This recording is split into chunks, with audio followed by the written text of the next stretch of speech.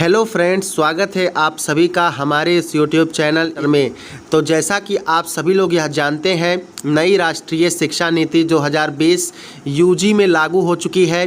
BA, BSc, BCom में को curricular subjects भी लाए गए हैं 6 सेमेस्टर के लिए। तो पहले सेमेस्टर में आपने पढ़ा था फूड, न्यूट्रिशन एंड हाइजीन, जो कि आपका एग्ज़ाम हो चुका है, आपने उसकी परीक्षा दे दी है। सेकेंड सेमेस्टर में आपको जो पढ़ना है फर्स्ट एड एंड हेल्थ, प्राथमिक चिकित्सा और स्वास्थ्य। तो ये पेपर जो होगा ऑब्जेक्टिव होगा, जैसा कि पहले फूड, न्यूट्रिशन एंड हाइजीन का पेपर ऑब्जेक्टिव हो चुका है, कराया जा चुका है। ठीक उसी तरह से यह पेपर भी को करिकुलर सब्जेक्ट का ऑब्जेक्टिव होगा। तो आज के इस वीडियो में फर्स्ट एड एंड हेल्थ के हम इम्पॉर्टेंट क्वेश्चंस देखेंगे, जो कि आपके एग्ज़ाम के लिए महत्वपूर्ण है। तो चलिए स्टार्ट करते हैं। सबसे पहला प्रश्न आप सभी के स्क्रीन पर आ चुका है। पूछा गया है, प्राथमिक स्वास्थ्य केंद्र की अवधारणा को प्रस्तुत किया। 4 विकल्प है। पहला विकल्प है भोर कमेटी 1946 ने, बी ऑप्शन है मुदालियर कमेटी ने, सी ऑप्शन है योजना आयोग ने, और डी ऑप्शन है केंद्रीय स्वास्थ्य परिषद 1954 ने। इस प्रश्न के लिए जो राइट आंसर होगा ऑप्शन ए करेक्ट हो जाएगा। भोर कमेटी 1946 ने प्राथमिक स्वास्थ्य केंद्र की अवधारणा को प्रस्तुत किया। इस कमेटी के जो प्रमुख थे जोसेफ विलियम भोर थे, और इस कमेटी में 5 सिद्धांत लाए गए। आते हैं अगले प्रश्न पर। अगला प्रश्न आप सभी के स्क्रीन पर आ चुका है। प्रश्न नंबर 2 है, भारत के संविधान में स्वास्थ्य को कौन सा विषय माना गया है? समवर्ती, राष्ट्रीय, इंटरनेशनल या फिर आवश्यक?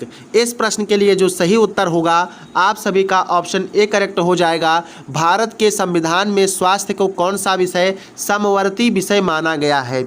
अगला प्रश्न स्क्रीन पर है। प्रश्न संख्या 3 है।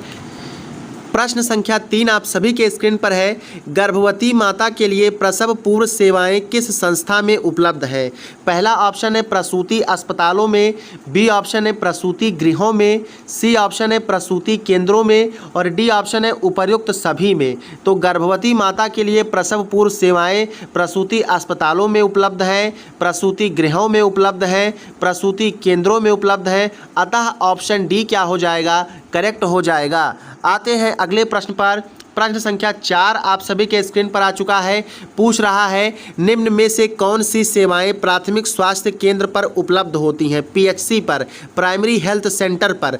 ए ऑप्शन है उपचार संबंधी सेवाएं, बी ऑप्शन है नियंत्रक व प्रोत्साहनात्मक सेवाएं, सी ऑप्शन है उपर्युक्त दोनों, और डी ऑप्शन है इनमें से कोई नहीं। तो ये ऑप्शन नहीं सही होगा। क्या सही होगा? पीएचसी पर उपचार संबंधी सेवाएं उपलब्ध होती हैं, नियंत्रक एवं प्रोत्साहनात्मक सेवाएं उपलब्ध होती हैं। अतः ऑप्शन सी क्या हो जाएगा? राइट हो जाएगा, उपर्युक्त दोनों। आते हैं अगले प्रश्न पर। प्रश्न संख्या 5 आप सभी के स्क्रीन पर है। किसी जनसंख्या के संख्यात्मक मान के मापन को क्या कहते हैं? ए ऑप्शन है पैरामीटर, बी ऑप्शन है माध्यमिक, सी ऑप्शन है परिशुद्धता, और डी ऑप्शन है उपरोक्त सभी। इस प्रश्न के लिए जो राइट आंसर होगा ऑप्शन ए हो जाएगा, पैरामीटर कहा जाता है। आते हैं अगले प्रश्न पर। प्रश्न संख्या 6 स्क्रीन पर है। पूछा गया है, सिजेरियन क्यों किए जाते हैं? 1 से अधिक शिशु जन्म के लिए, मृत भ्रूण के लिए, शिशु जन्म के लिए, या फिर ऑप्शन डी है इनमें से सभी के लिए। तो सिजेरियन ऑपरेशन जो किया जाता है वो 1 से अधिक शिशु के जन्म के लिए किया जाता है, मृत भ्रूण के लिए किया जाता है, शिशु जन्म के लिए किया जाता है। अतः ऑप्शन डी इसके लिए क्या होगा? बिल्कुल करेक्ट हो जाएगा। इनमें से सभी के लिए सिजेरियन किया जाता है। इस प्रश्न के बाद अगला प्रश्न स्क्रीन पर है। प्रश्न संख्या 7 देखिएगा। आपदा प्रबंधन किन स्तरों पर किए जा सकते हैं?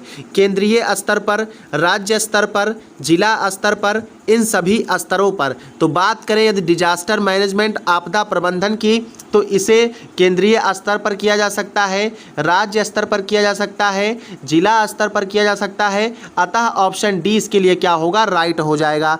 अगला प्रश्न आप सभी के स्क्रीन पर है। प्रश्न संख्या 8 देखिएगा। भूकंप, सुनामी, ज्वालामुखी का फटना आदि कैसी आपदा है? प्राकृतिक तथा मानव जनित आपदा, प्राकृतिक आपदा, कृत्रिम आपदा, जल जनित आपदा। तो ना तो भैया जल जनित आपदा है, ना तो कृत्रिम आपदा है, और ना ही प्राकृतिक तथा मानव जनित दोनों आपदा है। क्या कौन सी आपदा है? ऑप्शन बी करेक्ट होगा, प्राकृतिक आपदा है। अगला प्रश्न स्क्रीन पर है, प्रश्न संख्या 9 है। पूछा गया है ने किस विटामिन की कमी से रिकेट्स रोग होता है। प्रश्न संख्या 9 क्या है, किस विटामिन की कमी से रिकेट्स रोग होता है। विटामिन ए, विटामिन एच जिसे बायोटिन कहा जाता है, विटामिन डी की कमी से, या फिर विटामिन के की कमी से। इस प्रश्न के लिए जो राइट आंसर होगा ऑप्शन डी करेक्ट हो जाएगा। विटामिन डी की कमी से रिकेट्स होता है। बात करें विटामिन डी की तो इसका सबसे अच्छा स्रोत क्या है, सूर्य का प्रकाश, और इसका केमिकल नेम क्या है, कैल्सीफेरॉल। विटामिन ए का केमिकल नेम क्या है, रेटिनॉल, जबकि विटामिन के का केमिकल नेम क्या है, नेप्थोक्विनोन है। अगला प्रश्न आप सभी के स्क्रीन पर है, प्रश्न संख्या 10 देखिएगा। आपदा प्रबंधन के उपायों का प्रशिक्षण किसे दिया जा सकता है। ऑप्शन ए है अध्यापक को, ऑप्शन बी है कर्मचारियों को, ऑप्शन सी है छात्रों को, और ऑप्शन नंबर डी है उपर्युक्त सभी को। तो आपदा प्रबंधन के उपायों का प्रशिक्षण, डिजास्टर मैनेजमेंट के उपायों का प्रशिक्षण, ट्रेनिंग किन्हें दिया जा सकता है भैया, अध्यापक को भी दिया जा सकता है, कर्मचारियों को भी दिया जा सकता है, और छात्रों को भी दिया जा सकता है। अतः ऑप्शन डी इसके लिए क्या होगा, उपर्युक्त सभी राइट हो जाएगा। अगर आप लोग इसका पीडीएफ प्राप्त करना चाहते हैं और आगे आने वाले वीडियोस के भी पीडीएफ प्राप्त करना चाहते हैं तो आप लोग इस नंबर पर केवल और केवल व्हाट्सएप मैसेज करेंगे, ठीक है। थोड़ा शुल्क लगेगा, वह आपको बताया जाएगा और आप पीडीएफ प्राप्त कर सकते हैं। मिलते हैं नेक्स्ट क्लास में, नेक्स्ट वीडियो में। जय हिंद।